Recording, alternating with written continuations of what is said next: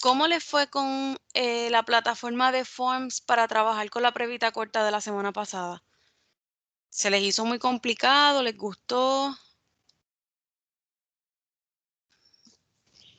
A mí me encantó. Sí, las demás. Para mí fue más fácil. Muy bueno, me encantó. Sí. Así que podríamos entonces trabajar el segundo examen con Forms también. Así usted no tiene que imprimirlo, usted lo completa ahí mismo, lo puede completar hasta del celular. Pero me gusta siempre preguntar porque he tenido ocasiones que a los estudiantes no les gusta y se les hace bien complicado. Así que estamos de acuerdo con que el examen sea a través de Forms. De mi parte, sí. Sí, de mi parte sí. Ok, pues entonces en vez de enviárselo en un documento de Word, lo voy a pasar a un documento de Forms y entonces les envío el examen y usted entra dentro del periodo de examen, usted entra y lo trabaja cuando desee. Si dentro de ese horario alguna tiene alguna dificultad, ¿verdad? Que no me lo puede entregar a la hora, pues como con el examen pasado me escriben y saben que yo pues soy flexible en ese sentido, pero deben consultarlo antes de entregármelo tarde. Ok, voy a estar... Ajá. Mari, ¿hasta qué hora tenemos para entregar el examen? Yo les voy a dar hasta las 6, pero si trabajan o tienen alguna situación, me escriben aparte y entonces con eso no hay problema. Ok, gracias. ¿Está bien? Voy a compartir mi pantalla. Antes de trabajar con el material de gestoría, ¿verdad? Quiero que discutamos lo que fue esta pruebita corta, este ejercicio, para aclarar dudas. Esta pruebita corta era con relación a ese material que discutimos en 2 clases con relación al manejo administrativo del expediente médico, aplicándolo, ¿verdad?, directamente a lo que es la oficina médica. Cuando hablamos de un documento que se conoce como el consentimiento TPO o TPO, que se firma dentro de ese expediente, ¿dentro de qué sección pertenece en el expediente ese documento? Eso es parte de la documentación clínica de lo que escribe el médico, eso es parte de la data demográfica o la información personal del paciente, o eso es parte de los documentos legales que están dentro del expediente.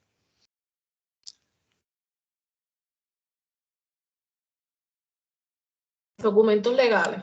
Eso es parte de los documentos legales. Eso es, ¿verdad? Un documento que se firma, que todo paciente que va a recibir servicios en la oficina en la que usted está trabajando, se lo debe firmar como autorización, ¿verdad? A recibir tratamientos dentro de esa oficina. Adicional, se firman otros documentos, uno que habla de las políticas de privacidad y de todo lo que especifica y establece lo que es ley IPA. Y todos esos documentos tienen que estar, ¿verdad? Para cumplimientos con la ley a nivel estatal y federal, tienen que estar firmados con fecha dentro de cada uno de los expedientes. Así que este consentimiento para recibir tratamiento dentro de la oficina pertenece a lo que son los documentos legales. Esta les dio un poquito de dificultad y no fui tan severa.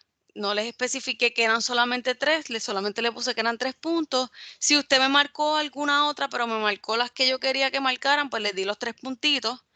Decía que seleccionaras cuáles eran elementos considerados como datos personales de un paciente. A esos datos personales también se le conoce como la data demográfica. ¿Cuáles pueden ser? Aquí me debía marcar fecha de nacimiento, eso es un dato personal, número de teléfono, una información de contacto, por lo tanto es personal, y la dirección postal. No me podía marcar condiciones de salud presentes porque eso es parte de la documentación clínica. Eso lo pregunta el médico y eso lo documenta el médico, las condiciones que el paciente padece.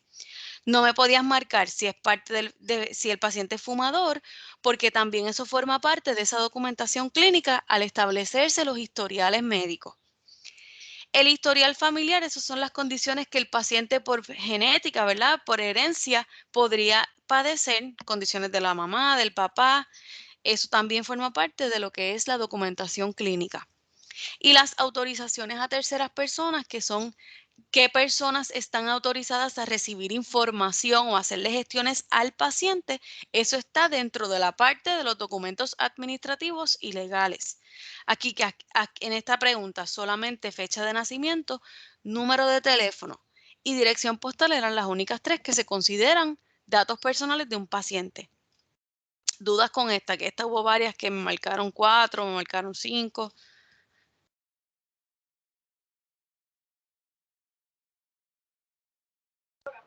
No. Ok. Beatriz, ¿me lees la 4?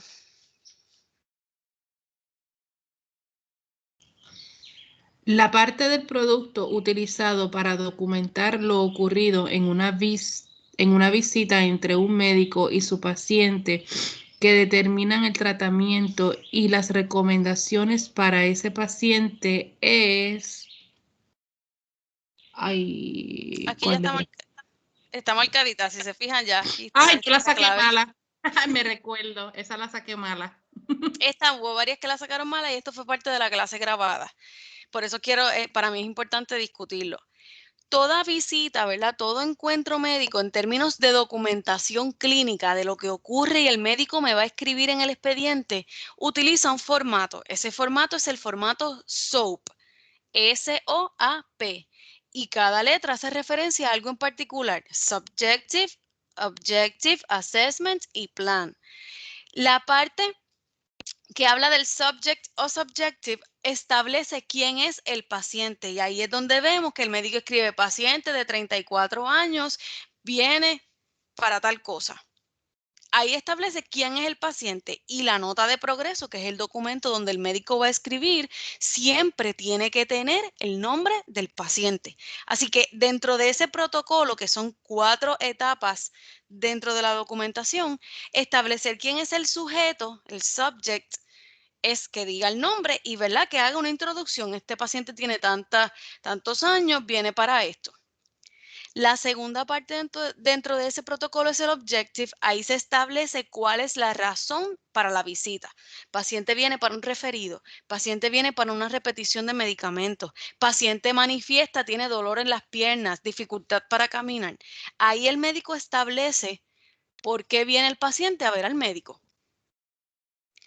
Dentro del assessment, el médico documenta, ¿verdad? Ahí es donde el médico viene y con el estetoscopio te chequea la respiración, ¿verdad? En el caso de que estés presentando algún síntoma respiratorio, te toma la presión, te saca el pulso, la oxigenación, te hizo un examen físico, te palpó donde era que te dolía, te miró si era que te dolían las piernas, que si no estuvieran inflamadas, todo eso. Ahí el médico te evalúa, lo que le decimos te chequea.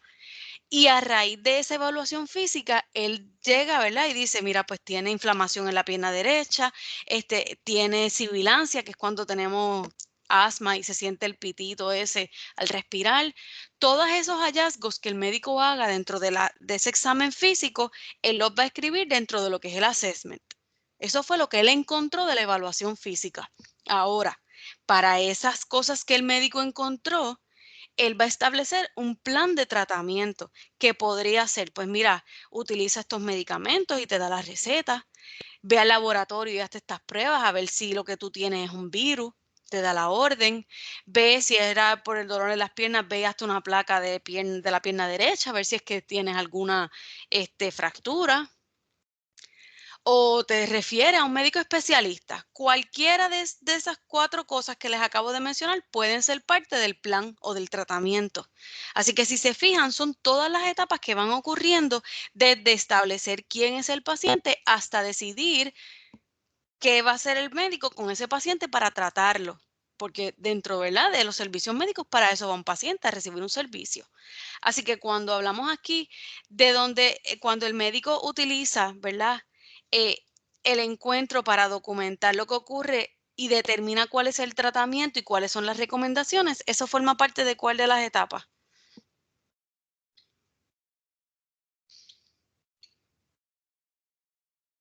del plan. Si te hubiese dicho que donde el médico establece quién es el paciente, ¿cuál de las 4 etapas dentro de ese protocolo se aplicaría? Si es para identificar quién es el paciente. Los datos personales.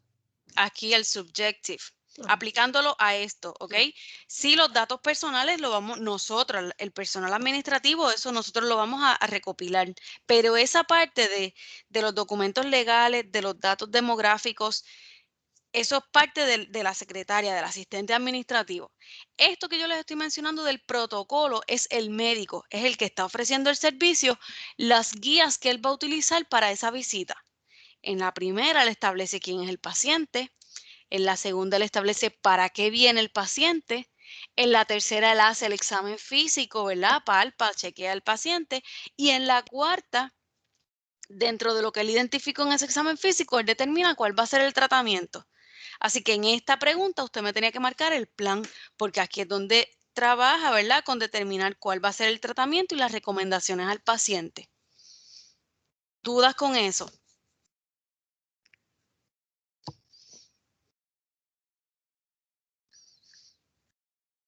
Ok. La número 5 dice, define récord médico. ¿Qué es un récord médico en sus palabras? ¿Quién me dice?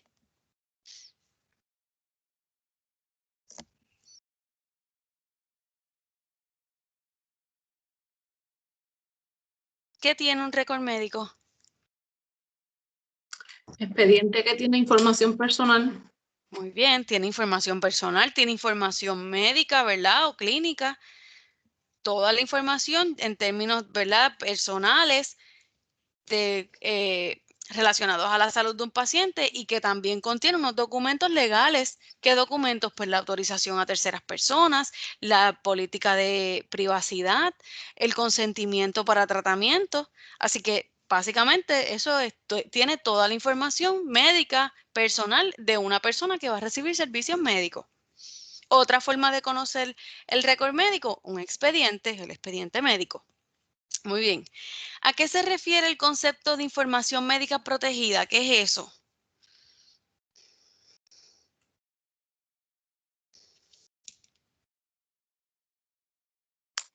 PHI, La PHI. ¿Y qué es eso de PHI? Protected, no me recuerdo lo demás, algo así, algo así. La información médica protegida es cualquier dato que sirva para identificar a una persona. Cualquier dato o información que me permita a mí diferenciar entre una persona y otra, por ejemplo, el apellido, el número de teléfono, la fecha de nacimiento, la dirección, una foto. Todos esos datos me permiten a mí identificar que en efecto es una persona en particular y no es cualquiera. Así que esa información, para efectos de lo que es la ley IPA, es información que debe estar protegida y que no debe estar, ¿verdad?, visible ni accesible para cualquier persona no autorizada. Cuando hablamos de un proveedor, nos referimos a quién. ¿Quién es el proveedor? ¿Quién es el que provee el servicio? El médico. El médico. Y esta hubo varias que me pusieron al asistente administrativo. Cuando hablamos dentro de servicios de salud de proveedor, siempre va a ser el que da el servicio, el médico, generalista, internista, pediatra, el dentista. También podría ser el caso de que el proveedor no sea un médico, no sea una persona, sea una institución, por ejemplo, el laboratorio clínico. Usted va a hacerse una prueba de laboratorio, en ese caso usted no ve a un médico. El laboratorio es la organización que va a facturar. Pues en este caso el proveedor es el laboratorio o el hospital o el centro de radiología. Pero siempre, ¿verdad? Cuando hablamos en términos de una persona, hacemos referencia al médico. El formato que utilizamos dentro de la documentación clínica, que quien la usa es el médico, ¿cuál es?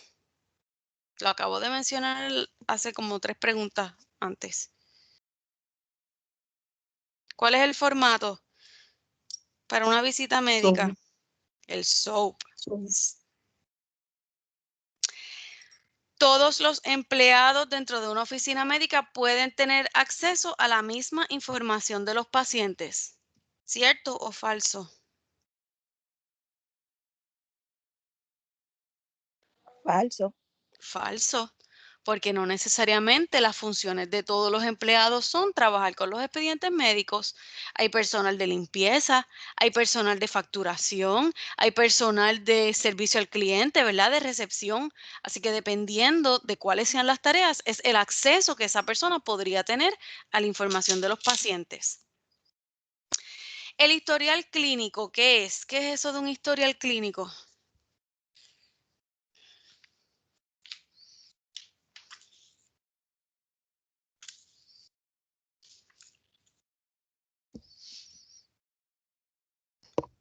Se refiere a todas las condiciones que ha tenido el paciente o que tiene, algún medicamento o tratamiento en que esté sometido, todo lo que tenga que ver con su expediente médico. Perfecto. El historial clínico son todas esas condiciones que tiene el paciente al presente, ¿verdad? Ahora mismo, que ha tenido en el pasado, por ejemplo, condiciones como cáncer o que ha sido sometido a alguna cirugía. Toda aquella condición que podría estar predispuesto, ¿verdad? El paciente a padecerla, por ejemplo, problemas del corazón, diabetes, que en la familia haya cáncer, todo eso forma parte del historial, tanto físico como pasado, como social, como familiar del paciente. Cuando se digitaliza la información incluida en el expediente médico, que incluye toda la información de un paciente dentro de una base de datos o plataforma electrónica, ¿cómo se llama eso? ¿Qué estamos haciendo? Que mi expediente en papel yo lo haga digitalizado. Expediente médico electrónico. Expediente médico electrónico, muy bien. Dentro del protocolo utilizado para documentar una visita entre un médico y su paciente, la parte donde se establece la razón o la causa de la visita, ¿cuál es?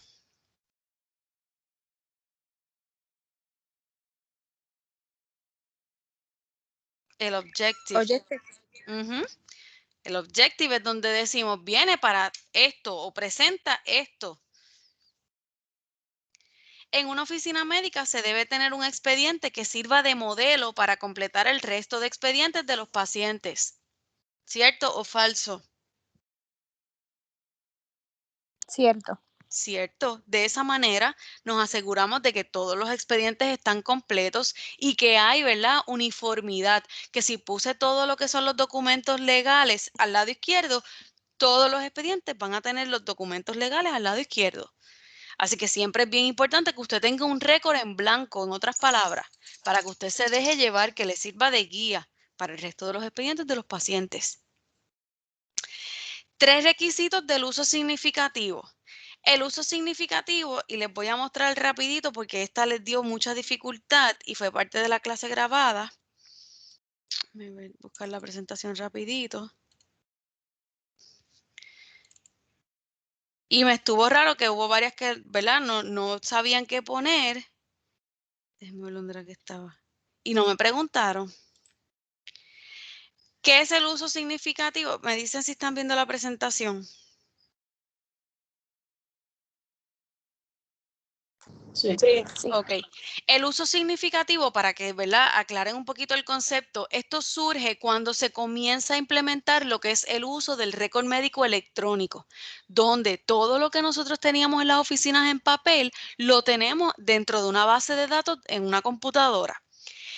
La ley, ¿verdad? Y empieza junto con la ley IPA, la regla dentro de IPA que es high-tech, que es donde se empieza, ¿verdad?, a incluir herramientas electrónicas y tecnológicas dentro de las oficinas médicas, empiezan a ofrecerle incentivos, dinero, ¿verdad? Le daban dinero, le desembolsaban unos cheques bien jugositos a los médicos que fueran los primeros en usar el récord electrónico. Cuando esto comenzó, eran bien pocos los médicos que ya estaban bien tecnológicos y todo lo tenían en expedientes electrónicos. Así que por ellos ser de los primeros, ellos empezaron a recibir unos incentivos otorgados por el gobierno federal. Pero ¿qué pasaba? Eso no era, ¿verdad?, a cambio de nada. Ese incentivo los médicos lo recibían, pero tenían que probar que ellos estaban cumpliendo con una serie de requisitos. No era solamente yo venir y pasar toda la información de los expedientes a una base electrónica, había que tener unos requisitos en términos del equipo que se estaba utilizando, de las medidas de protección de esa información. Porque, ¿verdad?, una vez empezamos a utilizar Internet y utilizar toda esta plataforma digital, esto tiene una exposición, ¿verdad?, de esa información más abierta que tal vez teniendo los récords en la oficina. Así que a partir de esa otorgación de incentivos, junto con la ley, surge lo que se conoce como el uso significativo, en inglés se conoce como meaningful use, y son esos requisitos que la ley establecía a estos médicos. Te voy a dar el incentivo, pero tú tienes que cumplir con esto. En su presentación, eso estaba en la próxima slide. ¿Qué eran parte de esos requisitos?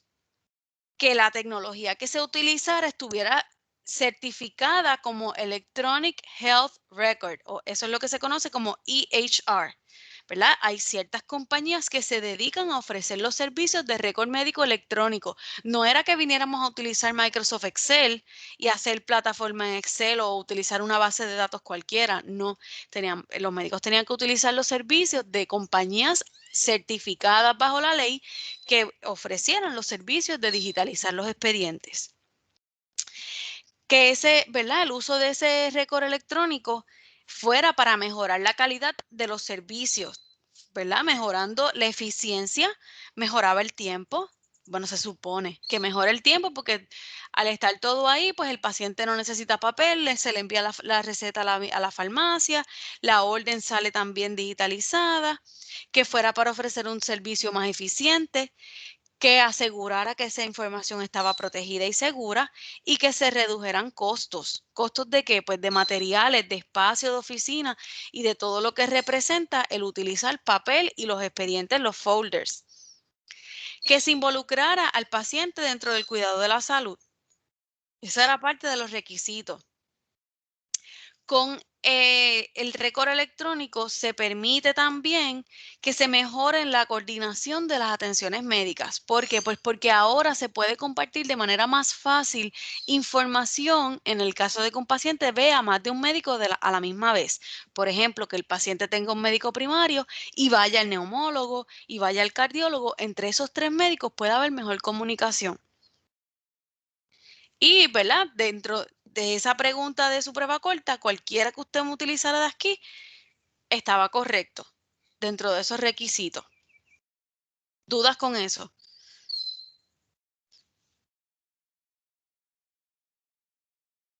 No. Ok. Aquella persona que asiste a la oficina a recibir un servicio médico, ¿quién es? El paciente. El paciente. Se considera un cliente, sí, porque paga por los servicios. Se considera un visitante, sí, pero cuando hablamos de servicios médicos tenemos que utilizar el término paciente. Todo dato o información que puede identificar a un paciente es considerado ¿qué?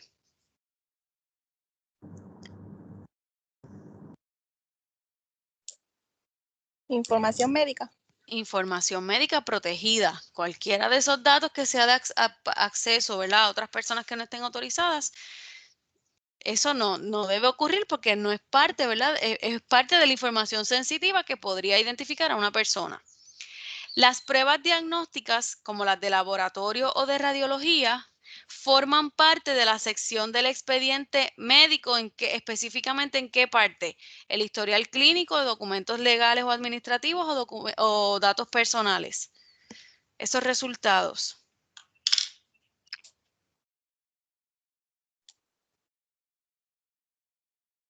Forman parte del historial clínico. Todo lo que tenga que ver con la salud, con las condiciones, con los resultados de un paciente, van a estar incluidos dentro del expediente de ese paciente en la parte del historial clínico, porque el paciente tiene, ¿verdad? Eso es parte de su salud, de su cuadro clínico.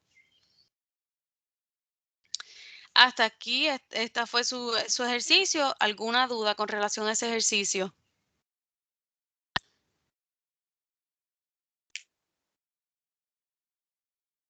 ¿No? Ok. Ahora sí.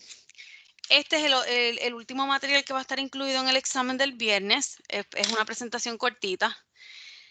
Cuando hablamos de oficinas médicas, ¿verdad? De servicios médicos en particular, muchas veces nos contratan a nosotros personal administrativo para atender a esos visitantes o a esos pacientes, coordinarle las clínicas, ¿verdad? Manejar la agenda, controlar el teléfono y canalizar todas esas llamadas.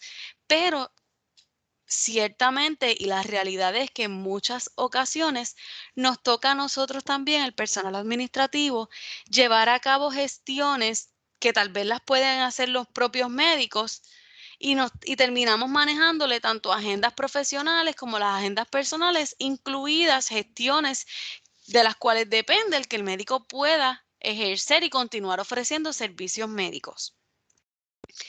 Así que es importante que ustedes, como futuras asistentes administrativas y probablemente dentro de oficinas médicas, ustedes estén claras que estas gestiones podrían ser parte de las responsabilidades que ustedes van a estar trabajando, y mientras más usted conozca sobre estas gestiones, pues mejor trabajo usted va a poder hacer y más fácil se le va a hacer llevar a cabo estos procesos.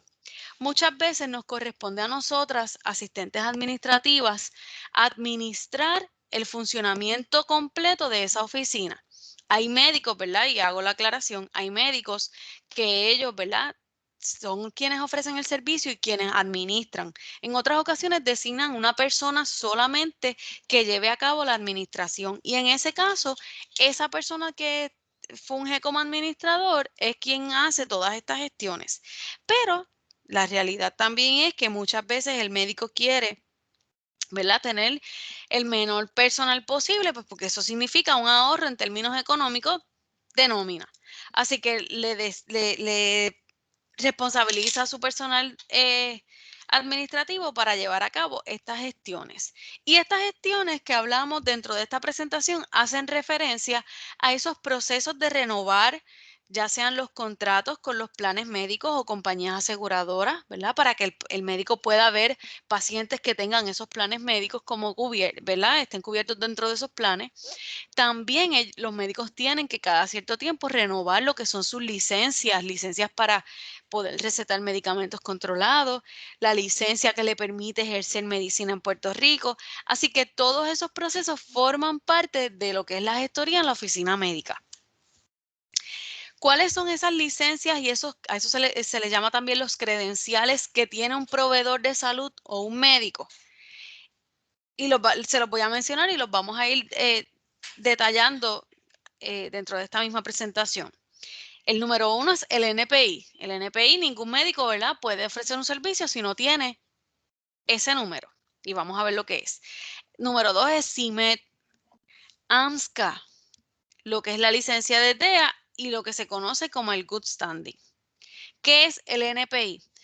Esto hace referencia, ¿verdad?, a las siglas en inglés de National Provider Identifier. Esto es un número de identificación al proveedor y esto es nacional. Esto no es solamente Puerto Rico, esto es a nivel federal, a nivel Estados Unidos. Este número es un identificador según su número de seguro social, ¿verdad? Lo identifica usted como persona en términos, ¿verdad?, para efectos del gobierno. Pues lo mismo ocurre con los médicos. El médico, una vez tiene la licencia para ejercer medicina, se le asigna un número único.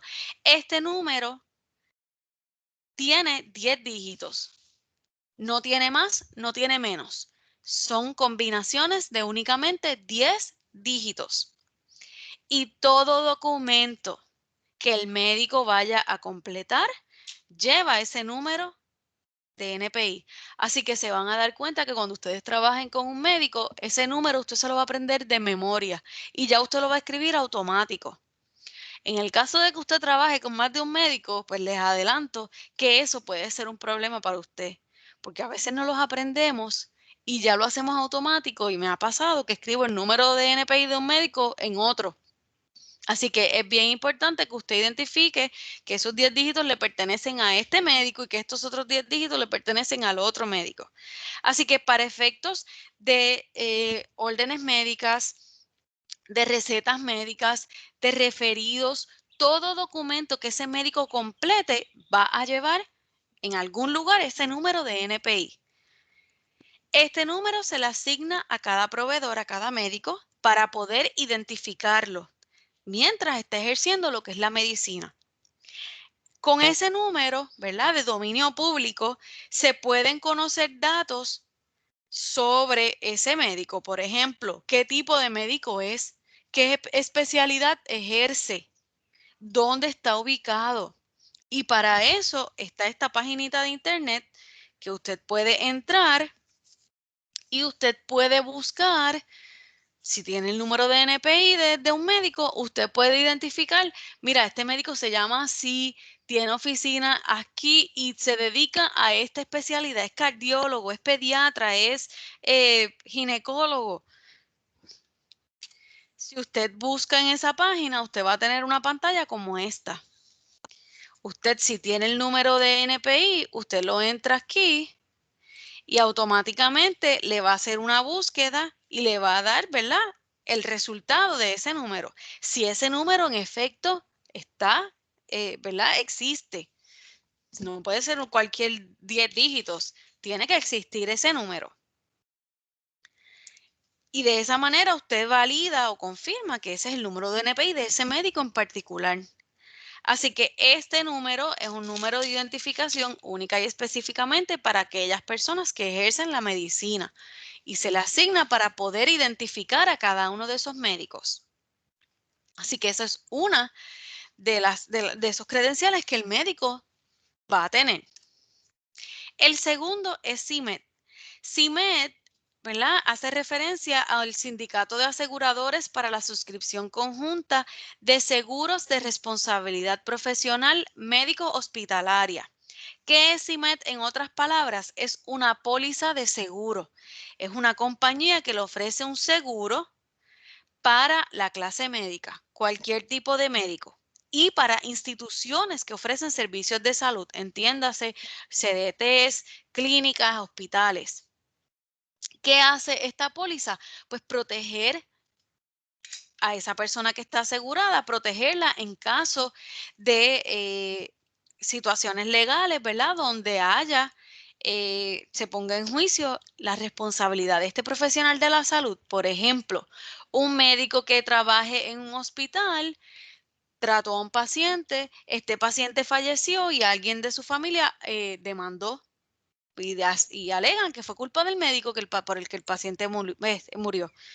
En ese caso, ¿verdad?, se hace un proceso legal y se demuestra que sí, que en efecto el médico incumplió con algo que tenía que hacer y no lo hizo y el paciente murió por eso.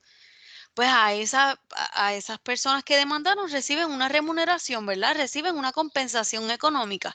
¿De dónde va a salir esa compensación? De este seguro. Dependiendo, ¿verdad?, de cuáles hayan sido los antecedentes que este médico tenga a la hora de renovar ese seguro, si ha tenido demandas, si ha perdido esas demandas, si nunca lo han demandado, pues de eso depende el cálculo, ¿verdad?, del costo que va a tener el médico con relación a esa póliza. Y para médicos que han tenido algún caso, ¿verdad?, en el pasado en términos legales y ha perdido esas demandas y ese seguro, ¿verdad?, ha tenido que pagarle a las partes demandantes, pues esa póliza eventualmente va a seguir aumentándole a ese médico. Versus un médico que tal vez nunca ha tenido ninguna situación legal, pues tal vez va a pagar un poquito menos, pero siempre tiene que tener, ¿verdad?, tiene que estar cubierto bajo esta póliza de seguro en caso de que se esté debatiendo, ¿verdad?, la responsabilidad de ese médico. Así que en otras palabras, CIMED es un seguro de responsabilidad profesional que va a proteger a este proveedor, a este médico o a esta institución en el área de trabajo en caso de que haya negligencia o de que se esté, ¿verdad?, acusando de que hubo negligencia. ¿Dudas con el NPI o con el seguro de CIMED?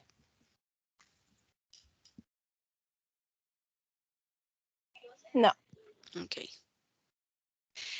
Como parte de esos credenciales, también el médico tiene, ¿verdad?, unas certificaciones y unas licencias otorgadas para lo que es el poder recetar, ¿verdad?, medicamentos controlados. Y aquí entra AMSCA. AMSCA es la Administración de Servicios de Salud Mental y contra la Adicción. Esta administración de servicios está adscrita a lo que es el Departamento de Salud, o sea, el gobierno de Puerto Rico. Ellos llevan a cabo programas para lo que es la prevención, la atención, la solución de problemas que están relacionados específicamente con lo que es salud mental y lo que es adicción a sustancias controladas. Así que en el caso de que el médico tenga pacientes, ¿verdad?, que requieren servicios para salud mental, pues AMSCA forma parte de estos servicios, de esta coordinación de servicios y a la misma vez también trabaja lo que se conoce como APS, también ofrece servicios específicamente relacionados a salud mental para cierta población. AMSCA también regula lo que es dispensar sustancias controladas. Y cuando hablamos de sustancias controladas, hablamos de aquellas sustancias o medicamentos que puedan ser, ¿verdad?, recetados para X condición o X diagnóstico y que el consumo, ¿verdad?, recurrente puede generar algún tipo de adicción, de necesidad en el usuario y por lo tanto estos medicamentos tienen que ser controlados. O sea que no pueden ser recetados descontroladamente.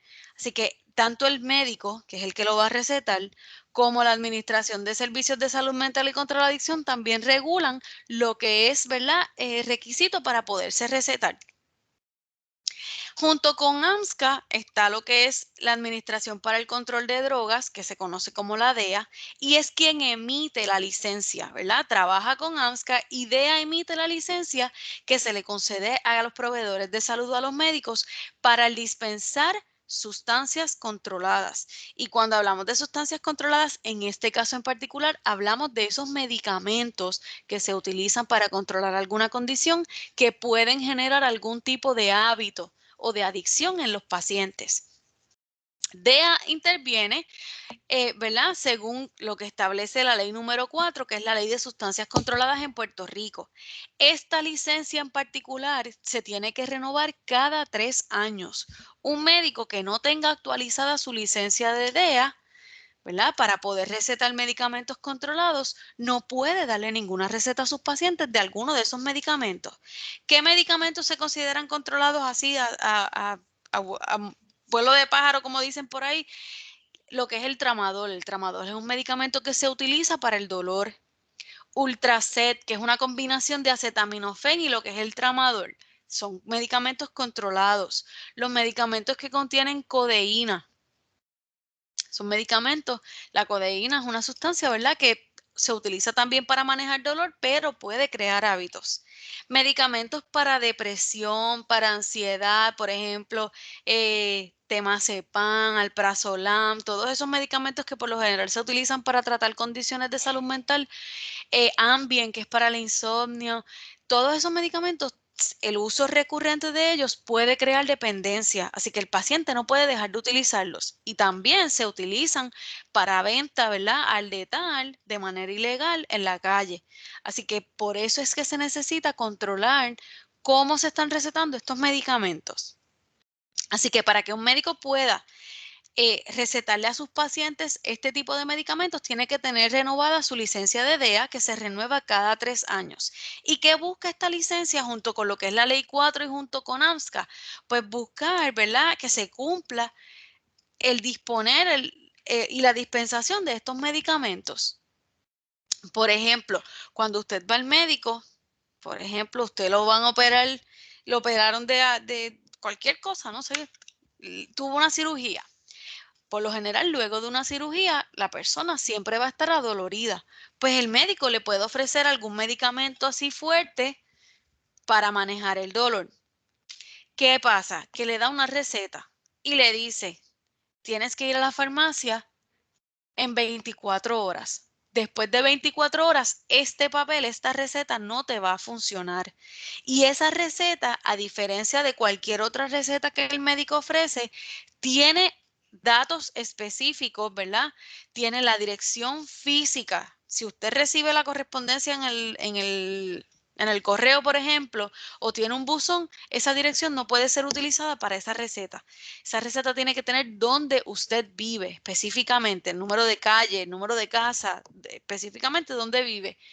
Adicional, esa receta tiene que tener el sello de la oficina y tiene que tener la firma. No puede ser una receta electrónica que se imprima. Siempre tiene que tener la firma y tiene que ser llevada a una farmacia dentro de 24 horas a partir del momento en que se da esa receta. O sea que si te la dieron hoy, 16 de febrero, y tú vas el 18, la farmacia no te la va a despachar. Tendrías que buscar una receta nueva. Así que de esta manera lo que se busca es que se controle, que se regule cómo esos medicamentos se le están otorgando al paciente. Y a la misma vez, ¿verdad?, el médico tiene que en ese expediente documentar razones válidas, razones que justifiquen el que él le recete ese medicamento a ese paciente. Y hay ocasiones en que sí, el paciente por sus condiciones necesita utilizarlo. Pues en ese caso el paciente va a ir regularmente a recibir su receta. Estos medicamentos, por ejemplo, no pueden tampoco ofrecerse una receta y darle refill, lo que se llama la repetición de medicamentos. No, que te la doy para los 3 meses y tú vienes en 3 meses a buscar la otra receta. No, para este tipo de medicamentos el paciente tiene que ir en el momento en que le corresponde y solamente se le va a despachar el medicamento si en la farmacia determinan que es el momento de despacharse. Por ejemplo, si el paciente llevó una receta para 30 días, para un mes completo, pues porque sus condiciones la justifican, el paciente no puede ir a las 3 semanas con otra receta, aunque el médico se la haya hecho. La farmacia no se la va a despachar porque todo eso forma parte, ¿verdad?, de esa base de datos. Y se establece, ¿verdad? Por como está tan regulado, ya la farmacia sabe dónde, si en otra farmacia se le ofreció ese medicamento y dónde ese paciente recibió y en qué fecha, qué cantidad de medicamentos. Así de esa manera se regula y se controla cómo se van a despachar. Así que esta es una de las licencias más importantes para el médico, que para poder ofrecer, ¿verdad?, medicamentos controlados a sus pacientes, tiene que estar al día esa licencia. La otra licencia que es vital para lo que es la medicina en Puerto Rico es lo que se conoce como el Good Standing. El Good Standing es una certificación que emite el Tribunal de Médicos Examinadores de Puerto Rico. ¿Qué valida el Good Standing? Que la licencia médica está vigente, que está actualizada y que se sometieron todos los documentos requeridos por parte del médico y que puede, ¿verdad?, tiene permitido ejercer la medicina en Puerto Rico. Un médico que no tenga al día su good standing está ejerciendo en contra de la ley. Así que estos son documentos, estos son credenciales que el médico va a estar renovando, de los que sean anuales de manera anual y los que sean cada 3 años, pues cada 3 años. En el caso del good standing viene acompañado, ¿verdad? Esa certificación viene acompañada de que como requisito para ofrecerse la certificación, el médico presente evidencia de unos documentos, evidencia de antecedentes penales, ¿verdad? De que el médico no tiene en carácter personal ninguna situación en términos legales, que adicional no tiene problemas con lo que son pensiones alimentarias. Tiene que cumplir con una cantidad de créditos como parte de educación continua. O sea, que no porque estudió medicina y se especializó significa que no tiene que volver a estudiar cada 3 años, ¿verdad? El médico tiene que validar que ha tomado cursos de educación continua en distintas áreas. Algunas son compulsorias, algunos temas, otros se le dejan a discreción del médico, ¿verdad?, de lo que le interese y que se aplique a su especialidad. Pero tiene que haber completado esos créditos de educación continua para poder recertificarse y tener su good standing al día. Si este documento, y aquí tengo un error que no me había fijado, si este documento no está actualizado, el médico no puede ejercer la medicina, el médico no puede ver sus pacientes, no puede ofrecer ningún tratamiento a ningún paciente, ¿ok? ¿Dudas o preguntas hasta aquí? No.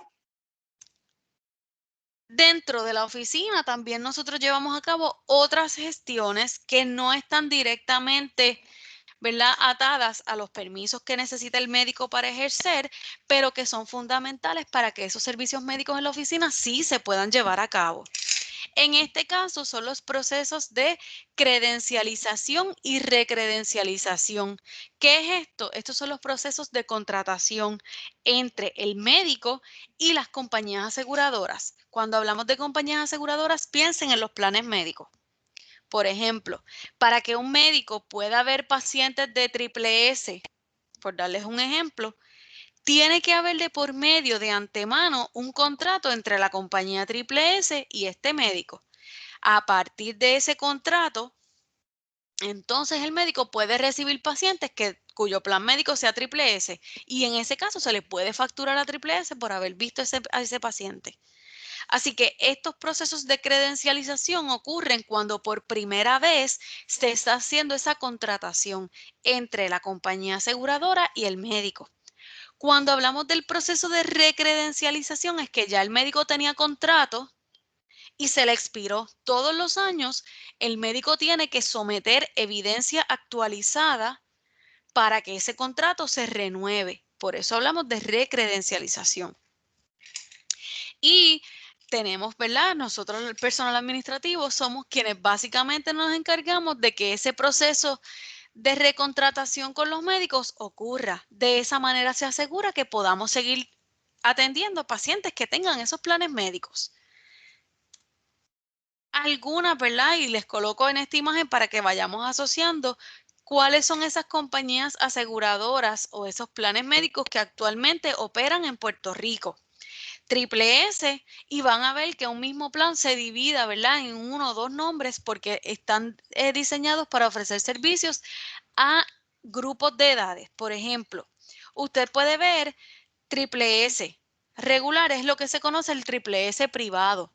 Ese es el plan que el paciente costea de su bolsillo o que trabaja en alguna organización y como parte de los beneficios por ser empleado, esa es la compañía con la que ofrecen el plan médico. Y la compañía le aporta una cantidad para el plan médico y el paciente lo que paga es una cantidad mínima y tiene beneficios de plan médico.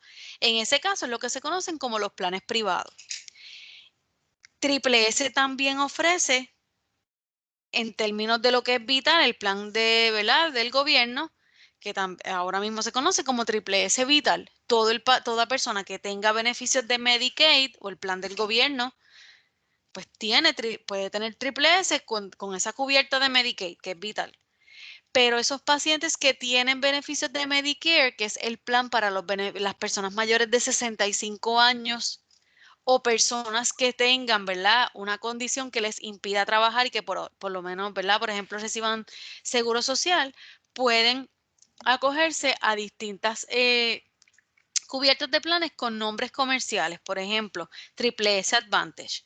Pacientes que tengan Medicare, que tengan los beneficios de Medicare, pueden acogerse a este plan.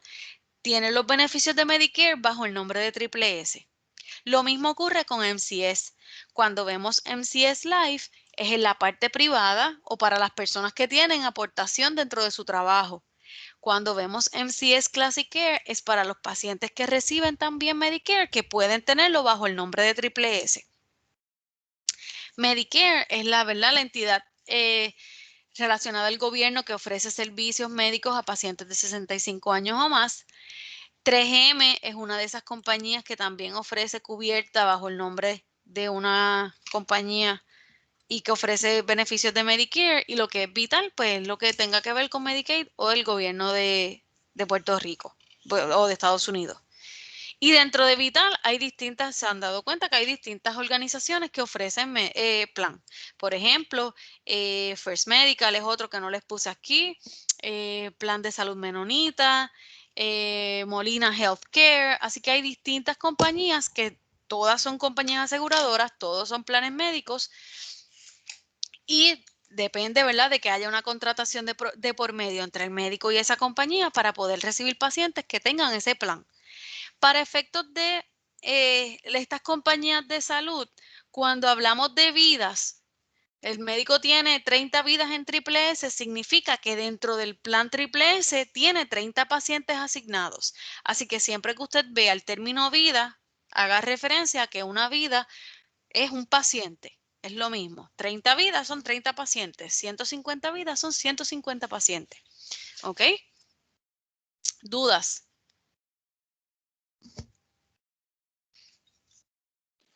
No. Ok. Solamente me responde una o dos, como mucho tres. Si usted no me dice tengo dudas, yo asumo que están entendiéndolo y para mí es importante, ¿verdad?, que ustedes entiendan todo esto. Yo sé que la primera vez que escuchan es un poquito de mucha información, pero es bien importante que usted me dé ese feedback de si no entiende, me pregunte, porque yo asumo que todas están entendiendo, ¿ok? Como les estaba diciendo, el proceso de recredencialización no es otra cosa que renovar esos contratos entre los proveedores o los médicos y esas compañías aseguradoras o planes médicos. Esto se hace cada año y cada año tenemos que someter básicamente los mismos documentos, pero los que necesiten ser renovados, pues se va a someter la certificación renovada. Si no, pues se someten los mismos que se sometieron el año anterior. Así que esto antes se hacía por correo, se llenaba un documento de cada compañía, de cada plan médico y se enviaban los documentos que solicitaban. Ahora, como todo se ha estado moviendo, ¿verdad?, al uso de tecnología y se utiliza el Internet, pues ahora cada compañía aseguradora tiene su base de datos, su plataforma, y tenemos nosotros que el personal administrativo digitalizar esos documentos, las licencias, las certificaciones del médico, y todo eso se le somete de manera digital, ya sea por un correo electrónico o por una plataforma que nos ofrece la compañía. Estos procesos de credencialización y recredencialización se van a hacer dependiendo de la cantidad de planes médicos con quienes el médico tenga contrato. Si el médico solamente tiene contrato con 3 planes médicos, pues solamente se van a hacer procesos de credencialización o de recredencialización con tres veces. Mientras más cantidad de planes médicos o de planes el médico acepte en esa oficina, significa que más veces tenemos que repetir el proceso. Única, ¿verdad? La diferencia es que cada compañía va a tener una plataforma o un documento en particular que se va a llenar. Pero en síntesis, en general, todos solicitan los mismos documentos. ¿Ok? ¿Dudas o preguntas con eso?